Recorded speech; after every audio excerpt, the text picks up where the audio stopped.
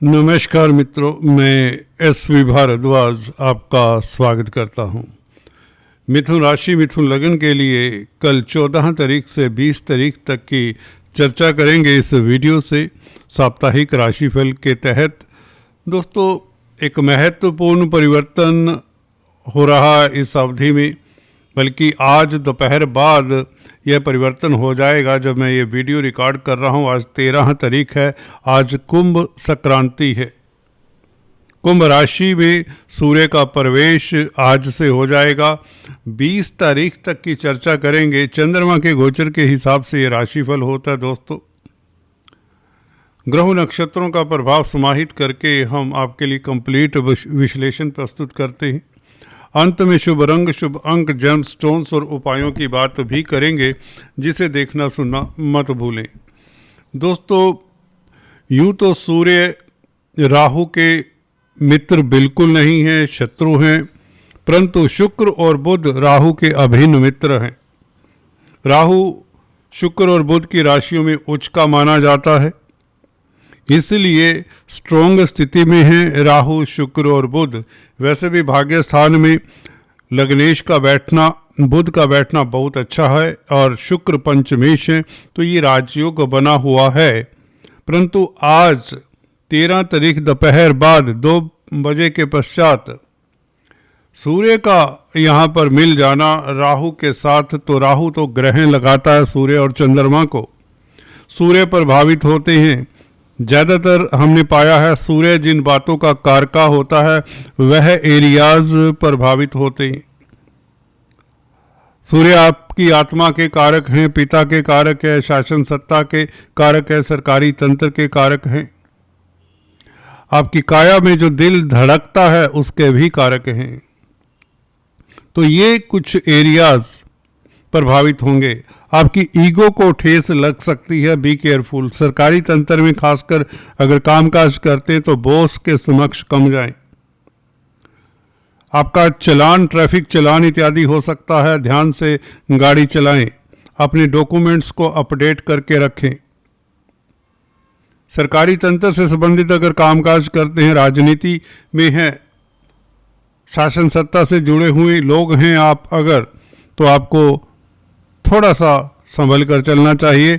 और इसके लिए आपको बता दें, सूर्य और राहु के उपाय कर लेने चाहिए।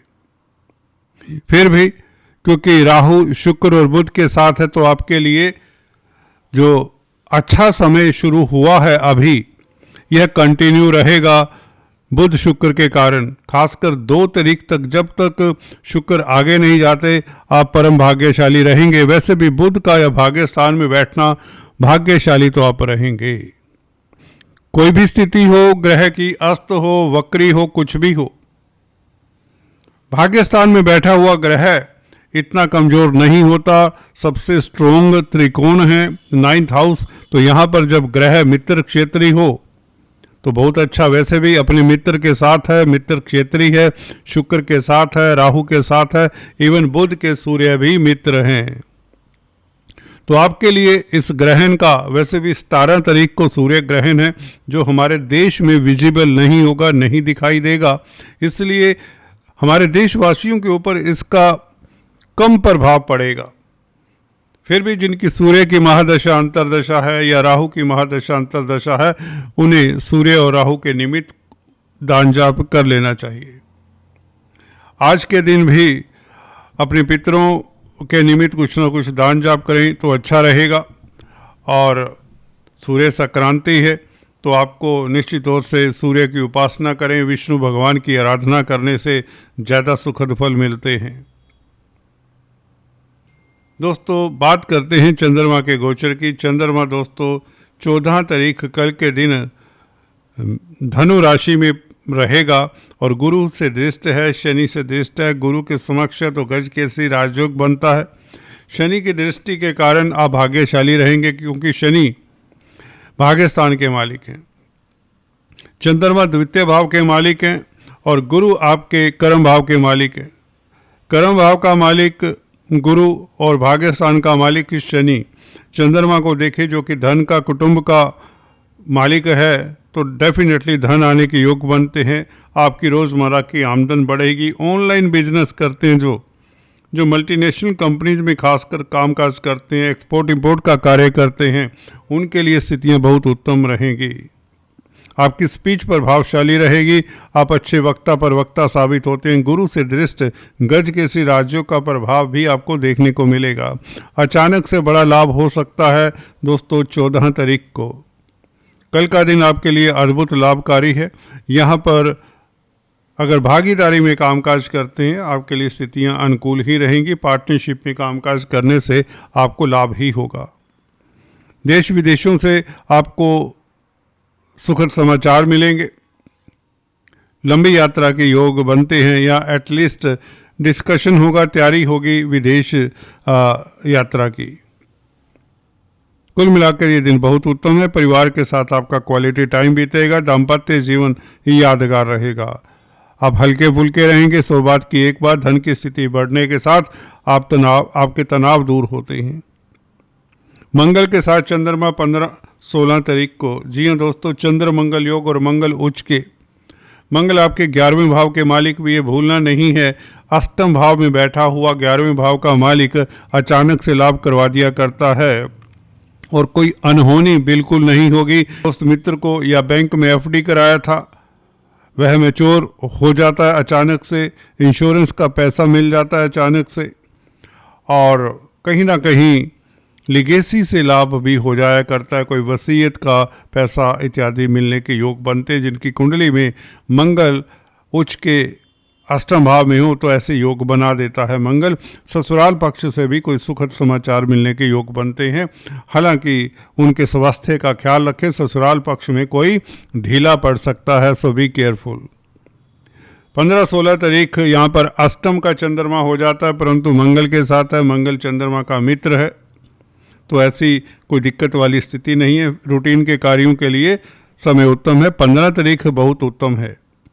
श्रावण नक्षत्र में चंद्रमा अपने नक्षत्र में और धन भाव को देखता है, तो जैसा कि बताया अचानक से बड़ा लाभ हो सकता है। कुटुंब में स्थितियां उत्तम रहेंगी।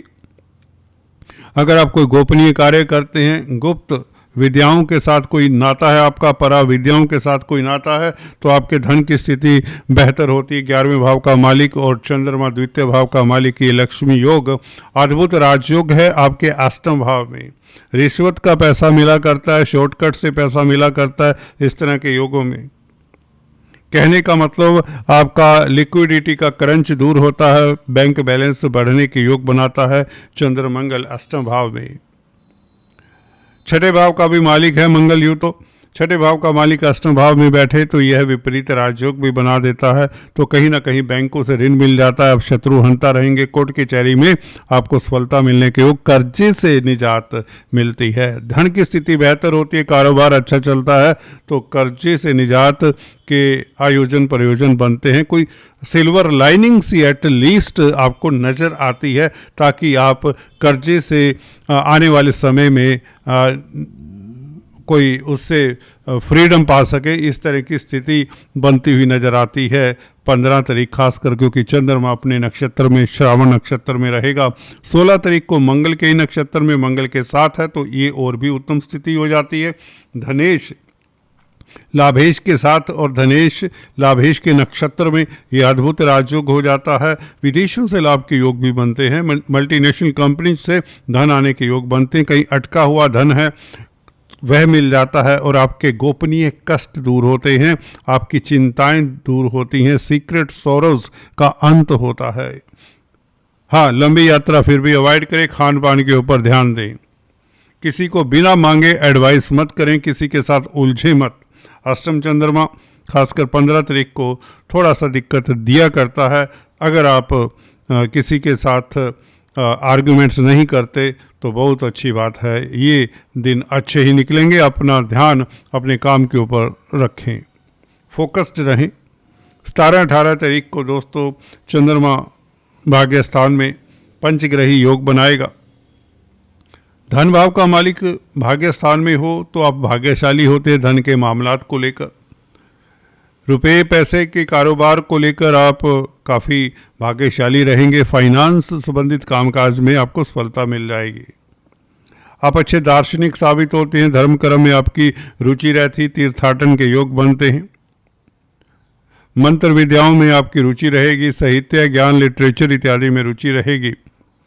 हालांकि बौद्धिक बल आपका बहुत अच्छा रहेगा। बुध के साथ चंद्रमा की युति, यहाँ पर शुक्र के साथ युति, हालांकि राहु के साथ भी ये चंद्रमा होगा, तो कहीं ना कहीं सूर्य और चंद्रमा इकट्ठे, अमावस का दिन है 17 तारीख को।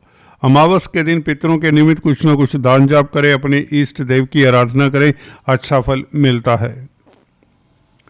धन की स्थिति बेहतर होगी, जैसा कि बताया, भाग्य साथ देगा। विदेशी कंपनियों में कामकाज करने से ज़्यादा लाभ होता है। विदेशी कंपनियों में आपको प्रमोशन मिलने के योग बनाता है ये कॉम्बिनेशन। स्थान परिवर्तन के योग तक बनते दिखते हैं यहाँ पर। जी हाँ दोस्तों, नौकरी में परिवर्तन की संभावनाएं प्रबल हो जाती हैं 17-18 तारीख को। बॉस के समक्ष कम ही जाएं, ध्यान रखें। किसी भी वाद विवाद में पड़ने की जरूरत नहीं है। हालांकि दिन बहुत उत्तम है, गुरु की दृष्टि भी है, इसलिए स्थितियां आपके अनुकूल ही रहेंगी। गुरु का प्रभाव जहाँ भी पड़ जाता है वहाँ पर आदि व्याधि रोग कष्ट सब दूर होते हैं। यहाँ पर चंद्रमा के ऊपर सूर्य राहु शुक्र बुध के ऊपर गुरु की नवम दृष्टि रहेगी, तो आप भाग्यशाली रहेंगे। गुरु आपके कैरियर के मालिक हैं, सप्तम भाव के भी मालिक है, तो व्यापार में स्थितियाँ उत्तम ही रहेंगी। पूरा सप्ताह स्पेकुलेशन से लाभ के योग बनते हैं, शेयर मार्केट से लाभ के योग बनते हैं। स्टॉक मार्केट में अगर कामकाज करते तो 17-18 तारीख बहुत उत्तम है। अमावस के दिन खास आपको लाभ होता है 17 तारीख को। इस दिन किसी भिखारी को, किसी गरीब को खाना जरूर खिला दें 17 तारीख को, बहुत अच्छा रहेगा। 19-20 तारीख शनि चंद्र इकट्ठे होंगे कर्म भाव में दोस्तों, आपके 10th हाउस में, परंतु चंद्रमा गुरु से केंद्र में है, तो विष दोष का प्रभाव बिल्कुल देखने को नहीं मिलेगा। आपका मानसिक बल बना रहेगा, बल्कि कैरियर के मामलात में आप किस्मत वाले होंगे, क्योंकि भाग्यस्थान का मालिक है शनि और 2nd हाउस का मालिक है चंद्रमा। दोनों का संबंध 9th और 2nd लॉर्ड का संबंध 10th हाउस में, तो कामकाज को लेकर कोई महत्वपूर्ण स्थिति बनेगी। ऐसी सिचुएशन में आप भाग्यशाली रहेंगे। कैरियर के मामलात में आपको प्रोग्रेस देखने को मिलेगी, कुछ ना कुछ बेहतर समाचार मिले, कुछ ना कुछ अच्छा होने के योग बनते हैं। जहाँ तक प्रतिष्ठा की बात है, स्टेटस की बात है और कामकाज की बात है। अगर कोई व्यापार करते हैं, बिजनेस करते हैं, कोई बड़ी डील आप स्ट्रक करने जा रहे हैं जिसमें आपको फ्यूचर में काफ़ी लाभ होगा। कुल मिलाकर ये 19-20 तारीख आपके लिए बहुत बेहतर हैं। खासकर अगर नक्षत्रों को देखें, 19 तारीख उत्तरा भाद्रपद नक्षत्र में, शनि के नक्षत्र में, शनि के साथ, शनि आपके भाग्यस्थान के मालिक हैं, अष्टम भाव के भी मालिक हैं, तो अचानक से लाभ के योग बनते हैं। कुल मिलाकर ये था चंद्रमा का गोचर। चलते चलते lucky number, lucky colour, gemstones और उपायों की बात करें दोस्तों। लकी नंबर, अगर आप स्पेकुलेशन का कामकाज करते हैं, वायदा व्यापारी हैं, ट्रेडिंग करते हैं, शेयर स्टॉक मार्केट में इन्वेस्ट करते हैं, तो आपके लिए लकी नंबर रहेगा दोस्तों 6, 15, 24। लकी कलर रहेगा दोस्तों इस सप्ताह green, light green. Gem stones की बात करें तो आपके लिए बनता है दोस्तों पन्ना, एमराल्ड, जो ग्रीन कलर का स्टोन होता है, इसे ज़रूर धारण करें। अगर पब्लिक डीलिंग का कामकाज करते हैं तो बहुत बेहतर रहता है ये स्टोन। अगर आप ट्रेडर हैं, दुकानदार हैं, स्पेकुलेशन का कामकाज करते हैं तो ये स्टोन बहुत बेहतर रहता है। अगर आपका बुध कमज़ोर है, कुंडली में 0 डिग्री का है या शत्रुओं से प्रताड़ित है, मंगल इत्यादि के साथ है, शनि के साथ है, तो आपको पन्ना जरूर धारण करना चाहिए। अगर बुध आपकी कुंडली में 9th हाउस में है या 12th हाउस में है तो पन्ना भूल कर भी धारण ना करें। अगर बुध आपका कुंडली में गुरु के साथ है तो भी पन्ना धारण ना करें, तो इसकी जगह पर आपको ग्रीन वेजिटेबल्स का दान करना चाहिए, डॉग्स को फीड करना चाहिए और विष्णु भगवान की आराधना करनी चाहिए। मछलियों को आटे की गोलियां बनाकर राम राम कहते हुए आटे की गोलियां बनाएं 108, और ये बुधवार के दिन मछलियों को खिलाएं। बहुत उत्तम उपाय है, करके देखिए।